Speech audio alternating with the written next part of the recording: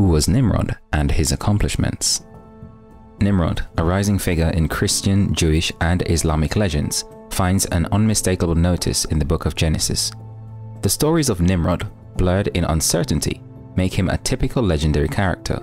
His genealogy is the lone factor that different legends collectively concur upon. Nimrod was the incredible grandson of Noah.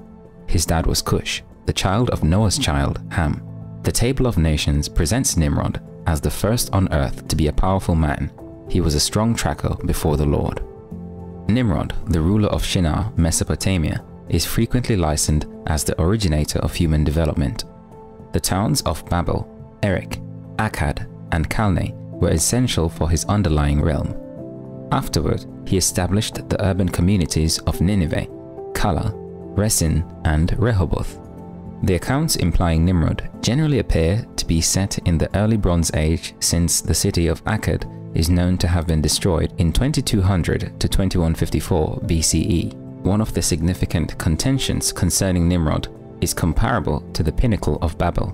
According to Christian and Jewish legends, Nimrod drove the gathering of men who constructed the pinnacle in Shinar. Kitab al-Magal, an early piece of Arabic work, names Nimrod as the originator of various towns, including Elasar, Hadanium, Seleucia, Ctesiphon, Atropatene, Ruhin, and Telalan. As per this work, Clementine's writing, Nimrod ruled for 69 years long. Ephraim the Syrian and Targum Pseudo-Jonathan, however, challenge the stories that name Nimrod as the manufacturer of the pinnacle of Babel.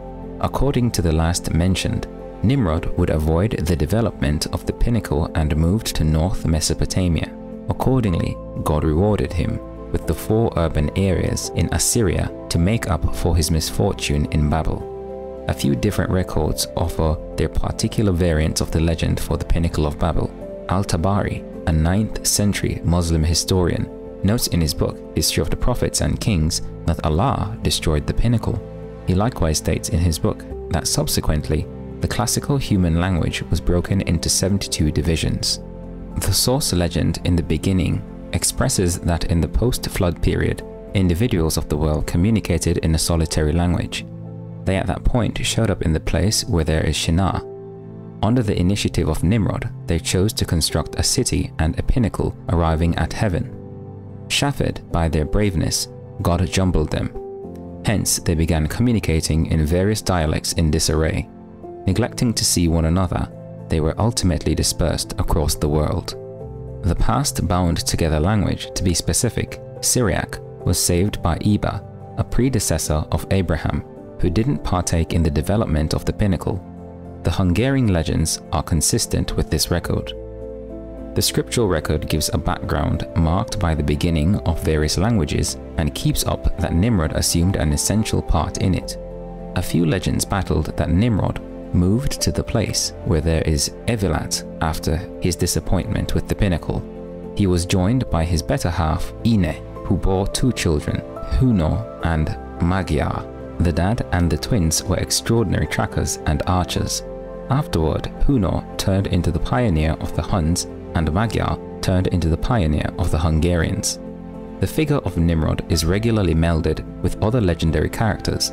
One such combination that merits consideration is the unification of Nimrod and Gilgamesh. The notable epic of Gilgamesh traces back to 2100 BC, which implies it was formed years and years after the rule of Nimrod. Nimrod has been likened with a few different characters as well. The Mesopotamian god Ninurta, the Akkadian lord Sargon and his grandson Naram-Sin have all been related to the figure of Nimrod. There is a wealth of old stories, oral and composed, encompassing Nimrod. A lot of abstract works of the antiquated and antique ages in various languages have recorded the adventures of Nimrod. In the later periods as well, Nimrod kept on interesting creators and specialists.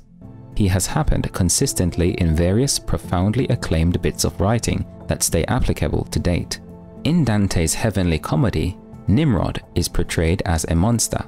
He remains along the external edge of Hell's circle of treachery, joined by the characters Antaeus, Ephialtes, Tityos, Briareus, and Typhon.